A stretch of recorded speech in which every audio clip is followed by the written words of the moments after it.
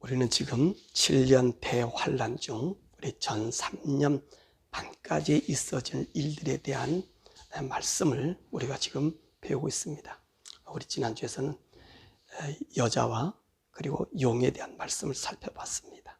오늘은 계시록 우리 13장의 말씀을 함께 살펴보고자 합니다. 이 요한계시록 13장에는 두 마리 짐승이 나오고 있습니다. 첫 번째 짐승은 바다에서 올라온 짐승이고 또 다른 한 짐승은 땅에서 올라온 짐승입니다. 그래서 오늘 이 짐승에 대해서 함께 살펴보고자 합니다. 첫 번째 짐승입니다. 1절에서 10절에 말씀하고 있습니다. 자, 이 짐승이 어디서 올라온다 그랬죠? 바다에서 올라온 짐승이라 했습니다. 그럼 이 짐승은 어떤 형상을 갖고 있어요? 몸체는 표범인데 그 발은 곰의 발바닥이고요. 그리고 입은 사자의 입을 가지고 있으며 머리가 7개의 열불 짐승이다. 그렇게 이야기하고 있습니다. 또 그 머리에는 신성모독하는 이름들이 있다는 것입니다. 이 짐승의 모양이 어디서 들어본 짐승과 좀 비슷한 말 같죠? 우리 지난주 12장 3절에 나오는 말씀과 비슷합니다. 12장 3절의 말씀 보니까 하늘에 또 다른 이적이 보이니 보라, 한 큰 붉은 용이 있어 머리가 7이요 뿔이 10이라. 그 여러 머리에 7 왕관이 있다. 그렇게 말씀했습니다. 그래서 12장 3절은 누구를 말하고 있다고 했습니까? 용이라 그랬습니다. 그럼 이 용은 누구지요? 옛뱀이라 그러고 또 사단이라고 12장 9절에서 그 용에 대한 해석으로 사단이라고 말씀하고 있습니다. 그러면 오늘 13장 1절에 바다에서 나온 짐승은 이 용과 유사한데 바다에서 나온 짐승은 표범과 곰과 사자를 융합하여서 나온 모습입니다. 그러니 이 13장에서 나오는 이 짐승, 바다에서 나온 짐승은 용은 닮았으나 용이 아니라는 사실이지요. 그런데 오늘 13장 2절 하반절의 말씀 보니까 용이 이 바다에서 나온 짐승에게 자기의 능력과 보좌와 큰 권세를 주었다고 말씀하고 있는 것입니다. 그러므로 이 바다에서 나온 짐승은 용을 대신해서 이 땅을 다스리는 짐승임을 알 수 있는 것입니다. 두 번째 짐승입니다. 11절에서 18절까지 나오는 말씀입니다. 이 짐승은 어디서 나왔다 그랬습니까? 11절 말씀 보니까 땅에서 올라온 짐승이다. 그렇게 말씀하고 있습니다. 그 형상은 어떻습니까? 어린 양 같이 두 뿔을 가졌고요. 그가 말하는 말은 누구처럼 말을 한다 그랬습니까? 용처럼 말을 한다고 말씀하십니다. 그리고 12절의 말씀 보니까 바다에서 나온 짐승의 모든 권세를 행하는 짐승이다. 이렇게 말하고 있는 것입니다. 그러면 이 짐승들이 하는 일이 무엇일까요? 첫 번째로 바다에서 나온 이 표범같이 생긴 이 짐승이 4절의 말씀 보니까 용에게 경배하고 자신에게도 경배받게 하는 그런 존재고요. 5절의 말씀 보니까 과장되고 신성모독하는 말을 하는 존재고요. 6절에 보니까 하나님을 비방하는데 하나님의 이름을 모독하고 하늘에 사는 자들을 비방하며 7절의 말씀 보니까 성도들과 싸워 이기고 그리고 각 족속, 백성, 방언과 나라를 다스리는 존재입니다. 그래서 이와 같이 용으로부터 권세받아서 이 세상을 다스리는 이 기간이 5절의 말씀 보니까 42달 동안 받았다고 했습니다. 그러므로 이 바다에서 올라온 표범의 몸체에 곰의 발에 사자의 입을 가진 짐승은 정한 기간인 42달 동안 이 땅을 통치하는 짐승임을 우리는 알 수 있는 것입니다. 두 번째로 땅에서 올라온 어린 양 같은 두 뿔을 가진 짐승입니다. 12절의 말씀 보니까 이 바다에서 나온 짐승을 경배하기 위해서 이 땅에서 올라온 양 같은 이 짐승이 있다는 것입니다. 그래서 13절의 말씀 보니까 큰 이적을 행하여 하늘에서 불을 내리게 하고요, 14절의 말씀 보니까 바다에서 나온 짐승의 우상을 만들어 경배하게 만들고요, 그리고 또 이 짐승의 우상을 만들어서 말하게 하고요, 또 우상에 경배하지 않는 자들은 누구나 상관없이 다 죽이고요, 그리고 17절의 말씀 보니까 모든 사람에게 짐승의 표를 오른손이나 이마에 받게 하고요, 또 이 짐승의 표 외에는 어떤 거래도 못하게 한다는 것입니다. 그러니까 이 땅에서 올라온 양 같은 짐승은 바다로부터 올라온 짐승을 위해 용으로부터 권세를 받은 대변인임을 우리가 알 수 있는 것입니다. 그렇다면 이 말씀을 종합해 보면 이 짐승들은 누구일까요? 바다에서 나온 짐승은 사단의 권세를 입은 바로 적그리스도이고요, 그리고 땅에서 올라온 짐승은 바로 이 적그리스도를 대변하는 거짓 선지자임을 우리가 알 수 있는 것입니다. 자, 오늘 이 말씀에 대한 예언의 말씀이 우리 성경에 있는 거예요. 하나님은요 정확해. 그래서 우리로 하여금 하나님 말씀 읽으면 그 말씀의 해석이 다 되어 있습니다.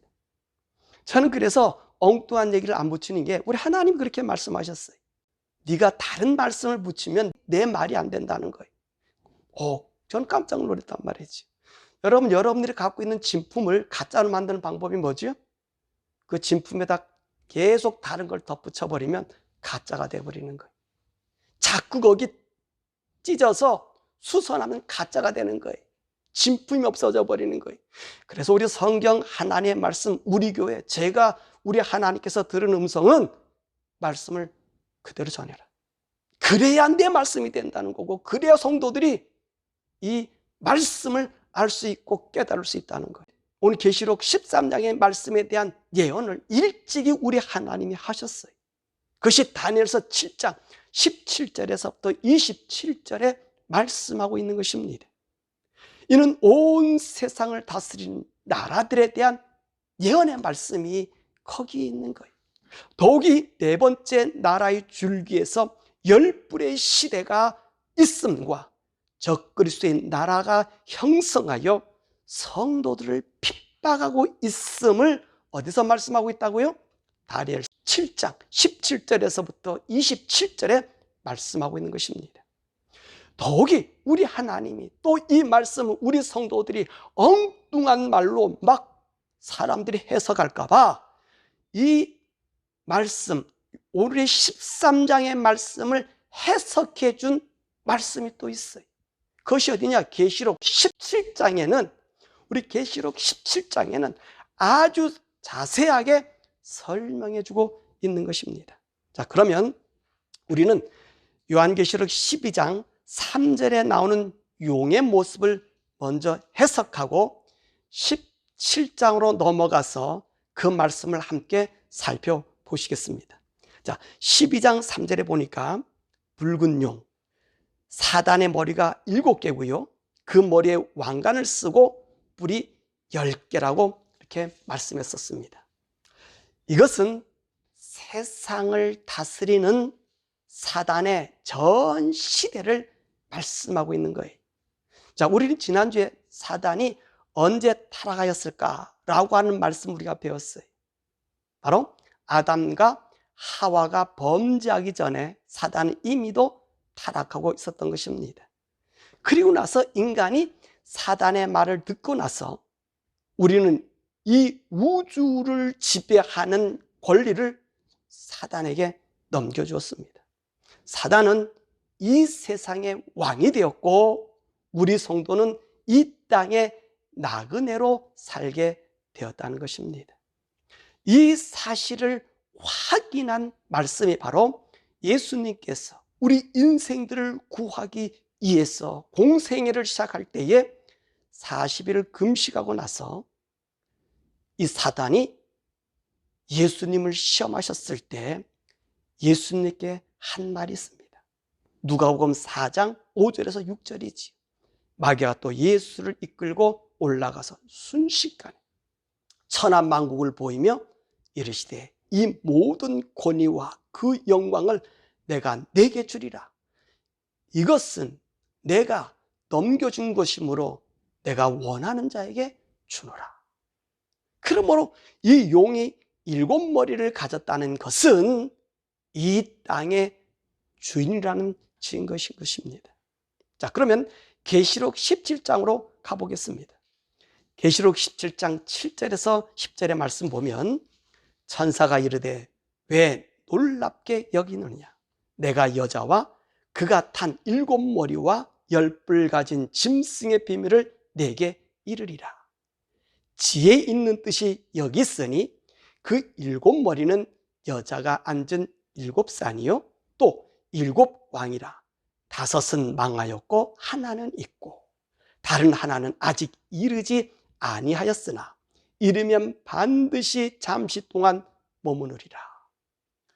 바로 이 말씀이 사단이 이 세상의 왕으로 다스리는 모습을 말씀하고 있는 것입니다. 사단의 7머리를 뭐라고 얘기했어요? 7왕이라 그랬어요. 이들은 모두가 하나님의 이름을 모독하거나 비방하는 세력들이었습니다. 그래서 이들은 하나님의 백성들을 핍박하게 된 것입니다. 그렇다면 여러분들은 이 7나라가 어떤 나라겠느냐? 이 역사적으로 어떤 나라겠느냐? 하나님을 대적하고 하나님의 백성들을 괴롭힌 나라들입니다. 역사적으로 보면 이 세계적으로 이집트, 그리고 아수르, 그리고 바벨론, 페르시아, 헬라, 로마, 그리고 마지막 하나, 이 로마의 뿌리에서 나타날 바로 적그리스도의 왕국을 의미하는 것입니다. 오늘 본문 13절 3절에 보면 그의 머리 하나가 상하여 죽게 된 것 같더니 그 죽게 된 상처가 나음에 온 땅이 놀랍게 여겨 짐승을 따더라 라고 말씀하고 있습니다. 이 말씀의 해석이 바로 17장 8절에서 11절에 말씀하고 있는 거예요. 다시 읽어드리면 내가 본 짐승은 전에 있었다가 지금은 없으나 장차 무저갱으로부터 올라와 멸망으로 들어갈 자니 땅에 사는 자들로서 창세 이후로 그 이름이 생명책에 기록되지 못한 자들이 이전에 있었다가 지금은 없으나 장차 나올 짐승을 보고 놀랍게 여기리라. 지혜 있는 뜻이 여기 있으니 그 7머리는 여자가 앉은 7산이요 또 7왕이라. 5은 망하였고 하나는 있고 다른 하나는 아직 이르지 아니하였으나 이르면 반드시 잠시 동안 머무르리라. 전에 있었다가 지금 없어진 짐승은 8째 왕이니 7 중에 속한 자라 그가 멸망으로 들어가리라. 그러므로 이 바다에서 올라온 짐승은 바로 적그리스도의 왕국을 의미하는 것입니다. 이 적그리스도가 사단으로부터 권세를 받아가지고 올라옵니다. 이것을 17장 8절에 뭐라고 말씀하셨냐면 무저갱으로 올라와 라고 말씀하신 것이지요. 이들이 42가 잠시 동안 바로 42달 동안 전 3년 반 동안 이 땅의 마지막 왕국 적그리스도의 왕국을 이루어 우리 성도들을 핍박하고 죽이게 되는 것이지. 그러면 어떻게 적그리스도의 왕국이 이루어질까? 13절 3절 말씀 보니까 그의 머리 하나가 상하여 죽게 된 것 같더니 그 죽게 되었던 상처가 나음에 온 땅이 놀랍게 여겨 짐승을 따르고 4절의 말씀 보니까 용이 짐승에게 무엇을 주었다? 권세를 주어서 이제 적그리스도의 왕국이 이루어지게 되는 것입니다. 그래서 13절 3절에 그의 머리 하나가 상하여 죽게 된 것 같다라고 말하는 것입니다. 그럼 이 사단이 다스릴 마지막 나라는 어떤 나라인가? 바로 어디에 근간을 두고 있다 그랬어요? 로마의 뿌리에 근간을 두고 있는 거예요. 이 로마의 근간에서 열불시대, 열국시대가 형성됩니다. 바로 이 열불시대의 근간인 로마의 부산물에서 적그리스도가 출현하게 되는 것이지. 그래서 17장에서 일곱 번째 나라, 바로 적그리스도 나라가 이 세상을 정복합니다. 얼마 동안? 17장 10절의 말씀 보니까 잠시 동안, 즉 42달, 즉 3년 반 동안 다스게 되는 것입니다. 그럼 이 적그리스도 나라는 어디에 세워질까? 바로 예루살렘에 세워집니다. 그 말씀이 어디 있어요? 우리 성경 말씀에 말씀하고 있습니다. 데살로니가 후서 2장 4절에 말씀하고 있어요. 4절의 말씀 보니까 그는 대적하는 자라, 신이라고 불리는 모든 것과 숭배함을 받는 것에 대항하여 그 위에 자기를 높이고 하나님의 성전에 앉아 자기를 하나님이라고 내세우느니라. 그러니까 이 적그리스도가요, 세계 종교를 다 통합하고 최종적으로 예루살렘에서 자신이 메시아가 되어 이 세상을 통치하는 겁니다. 그럼 이 적그리스도는 누가 될까요? 많은 사람들은 이 적그리스도와요 공통된 의견을 가지고 있습니다. 그가 바로 가톨릭 교황으로 보고 있는 거지요. 왜냐하면 이 교황은 바로 로마 제국에서 기독교를 통하여 발생했기 때문에 그런 것입니다. 사실 이 처음 이 캐톨릭은요, 순수한 우리 초대교회 성도들이었습니다. 이들은 수세기 걸쳐 로마에 의해서 수많은 핍박을 받다가 콘스탄티누스 황제가 313년에 기독교를 이제 공인함으로 로마 전 영토에 우리 성도들이 믿음의 자유를 얻게 되었어요. 이와 함께 로마에 있는 교회가 교권을 얻어서 자기가 교황의 자리에 올라가서 황제보다 높은 위세를 부리게 되었던 거예요. 그래서 이 중세, 이 서양 교회가 이 교황 밑에 사단의 하수인으로 전락하였습니다. 그러다가 루터가 종교 개혁으로 인하여 교황권이 상실되고요, 개신교가 설립됨으로 말미암아 그 권한이 상실된 것입니다. 바로 이것을 오늘 본문의 말씀에 뭐라고 말씀했어요? 13절 3절에 그의 머리 하나가 상하여 죽게 된 것 같다라고 한 말인 것입니다. 아멘. 머리가 죽게 됐어요. 그 고난이, 사단의 고난이 죽게 된 것이 무엇 때문에요? 루터의 종교 개혁으로 인해서. 그래서 열왕국의, 이 열방의 시대가 열려지게 된 것입니다. 자, 그럼 이 교황이 적그리스도가 되는 시기가 언제일까? 3절의 말씀 보니까 상처가 나음에 온 땅이 놀랍게 여겨 짐승을 따르고, 그렇게 말씀했습니다. 바로 이 교황의 고난이 온 세계에 미친다는 거예요. 지금까지는 이 교황이 머리에 상처 입은 권세입니다. 그러나 머지않아 이는 세계 종교를 통합할 것이고요, 정치를 안정시킬 것이고요, 새로운 인간 문화를 꽃피움으로 다시 권세를 찾게 되는 것이지요. 그래서 이 교황은요, 예루살렘의 성전을 재건하고 그가 예루살렘에서 대제사장으로 등극하면서 자신의 본래의 정체인 사단의 하수인으로서 자신이 하나님이 되는 인간의 본성, 즉 하나님과 견주는 일을 하여 하나님을 모독하고 자신이 하나님이 되는 것입니다. 그래서 바로 적그리스도는 누가? 교황이라고 보게 되는 거지.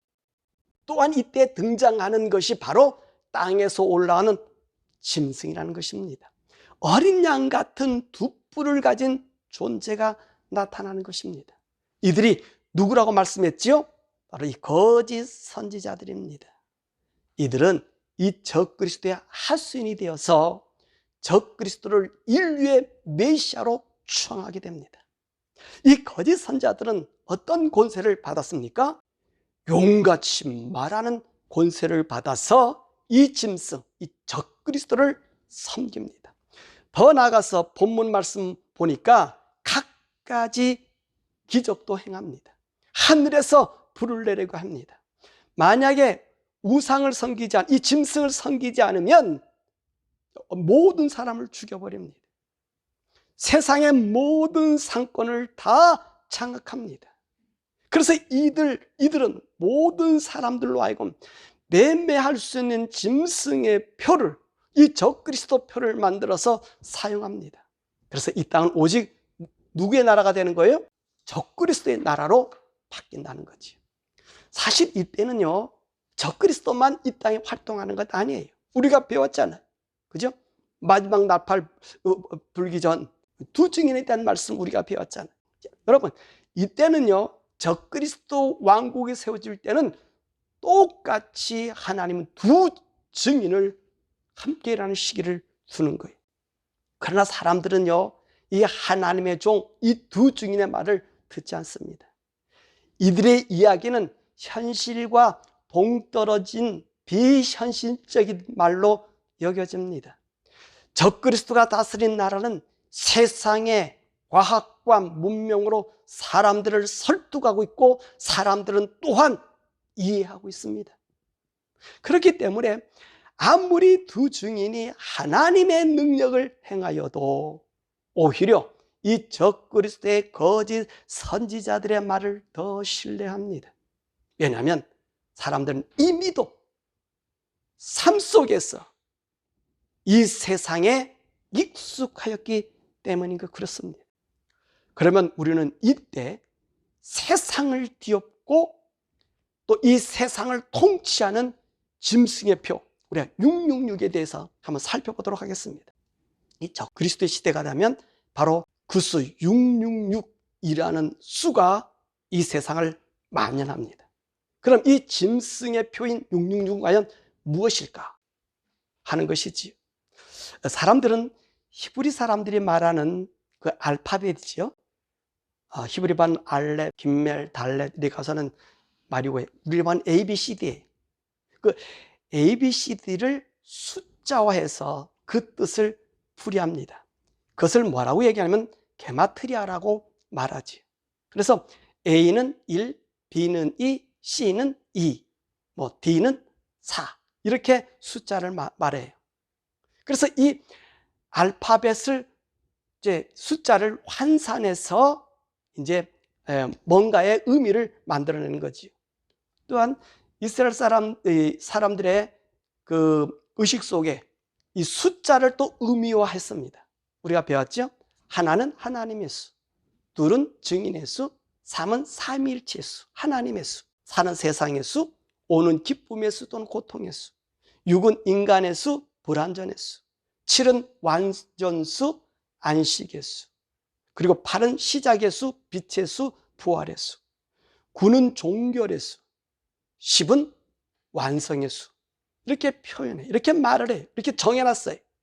자, 이것을 이용해서 이제 666을 해석하는데, 예를 들면 로마 황제 네로, 이 네로를 이 알파벳으로 숫자를 환산해 봤더니 666이다.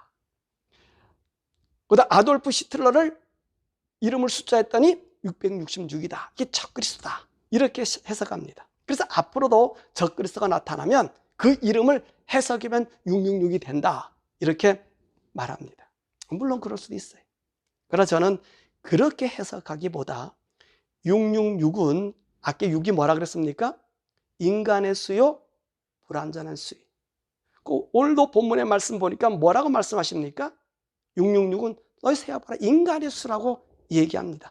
철저한 인간이란 말입니다. 하나님의 완전한 인간이 아니라 철저한 인간 중심의 세상이 언제냐? 적그리스도 시대가 된다는 거예요. 그래서 이 불완전한 인간이 완전하신 하나님을 도전하는 시대예요. 모든 분야가 다 하나님을 대항하는 바로 그런 시대라는 것입니다. 그러므로 인간이 하나님이 되는 것이지요. 이 적그리스도가 누굽니까? 바로 인간입니다.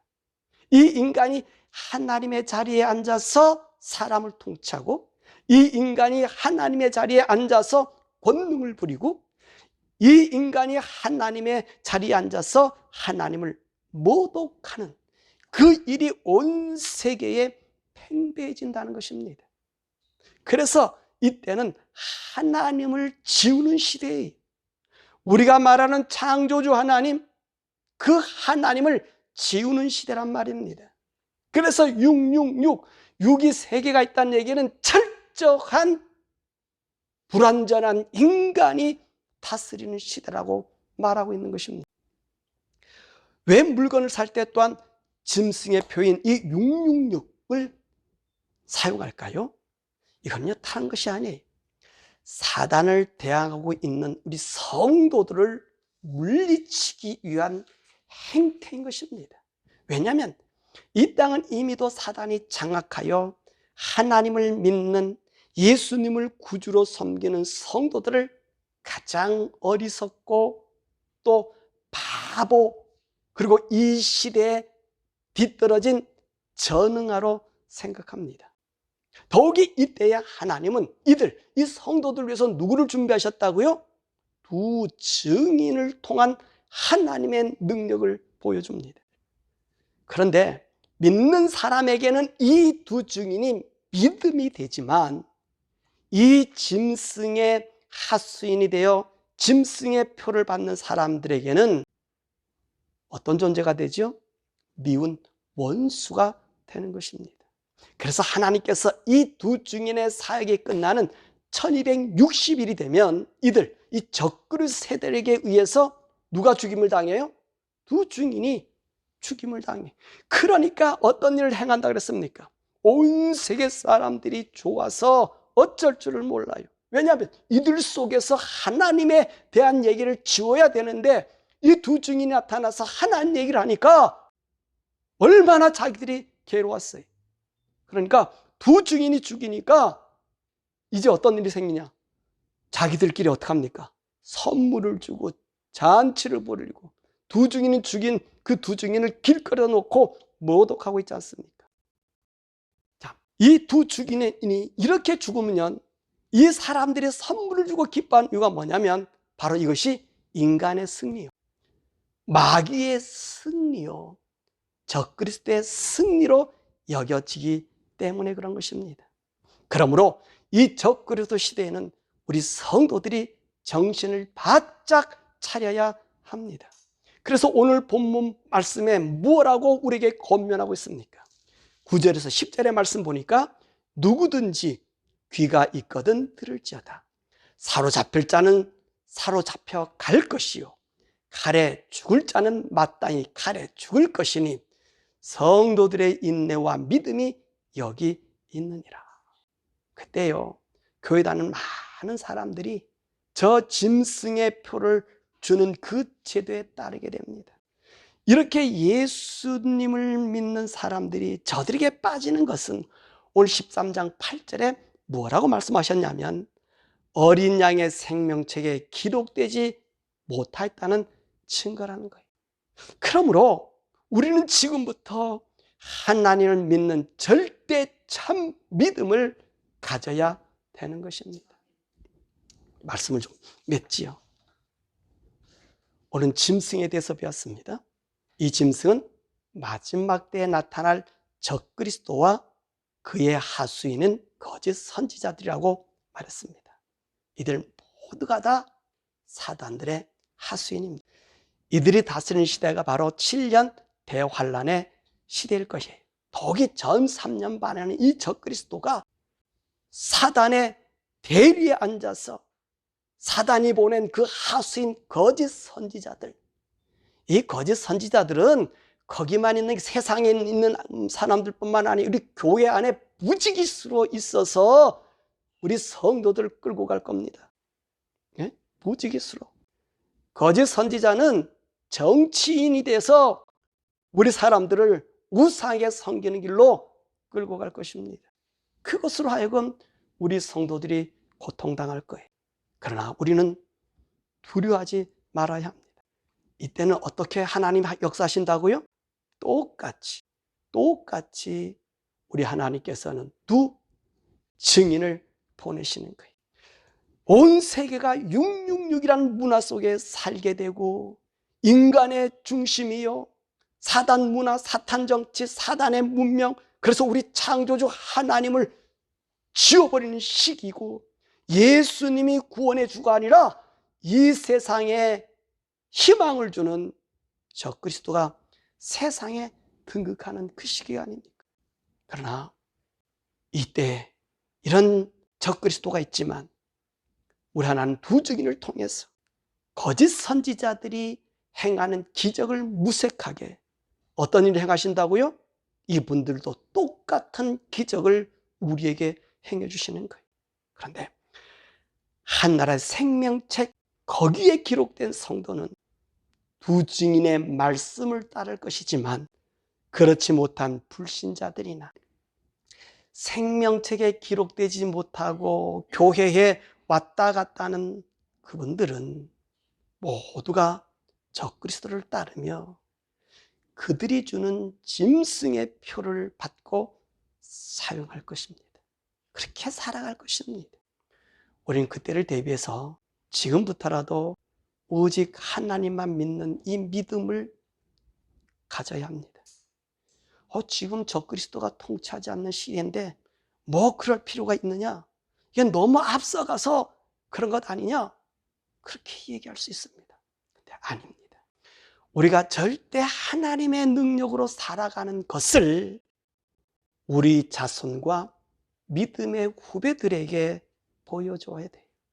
그때 가서 우리들의 산 모습을 우리 자식들이 보고서 정신을 차리고 돌아올 수 있는 기회가 될 수 있을 거예요. 물론 많지는 않겠지. 몇몇이라도 되겠지. 그러나 우리가 지금 철저하게 하나님 중심으로 사는 이 믿음을 우리가 보여주지 못하면 그들은요, 아예 그것조차 생각하지 못하고 휩쓸려 가기 때문에 그렇습니다. 지금도 우리가 여러 가지 상황 속에서 교회들이 그렇게 몰고 가고 있는 모습을 볼 수 있습니다. 그리고 반반의 타협을 넣어서 요렇게 저렇게 해석하고 끌고 갑니다. 하나님은 전능하신 하나님, 말씀으로 우주를 창조하신 하나님은 지금도 운행하고 계십니다. 그러기에 그분을 의지하고 그분을 바라보면 그분의 능력이 우리를 붙잡아서 이끌어 나간다고 하는 사실입니다. 바라고나교는 우리 성도들과 이 설교를 보시는 우리 애청자 여러분들, 정말 철저히 하나님 중심으로 하나님의 능력 안에 우리가 살고 있다는 증거를 보여주셔야 됩니다. 그래서 그때에 우리 자손이나 믿음의 후배들이 깨어나서 우리 창조주 하나님 아버지 앞에 그 능력을 받으며 질병 속에서도 살아날 수 있게 되고 불 가운데서 건져주신 은총을 받게 되는, 그래서 우리 주님의 구속의 은혜를 우리 성령님과 함께 체험하게 할 수 있다는 것입니다. 바로 원하기는 지금의 우리들의 사명이 거기에 있는 거예요. 이 시대부터 하나님을 믿는 믿음을 철저하게 보여주십시오. 그러면 우리 하나님 철저하게 우리를 지키십니다. 철저하게 지키십니다. 보호하십니다. 우리는 그거를 경험하고 있어요. 우리는 그거를 지금 여러분들에게 증거하고 있는 거예요. 이해 못하실지 모르겠지만 하나님이 보호하시죠. 바로 원하기는 이 믿음의 굳건이 있었어. 만약 적그리스도의 왕국이 활성화되었을 때에 우리의 믿음을 보고 우리의 자손이나 믿음의 후배들이 구원을 얻게 되는 믿음의 그루터기가 되시기를 우리 주 예수 그리스도의 이름으로 간절히 축원합니다.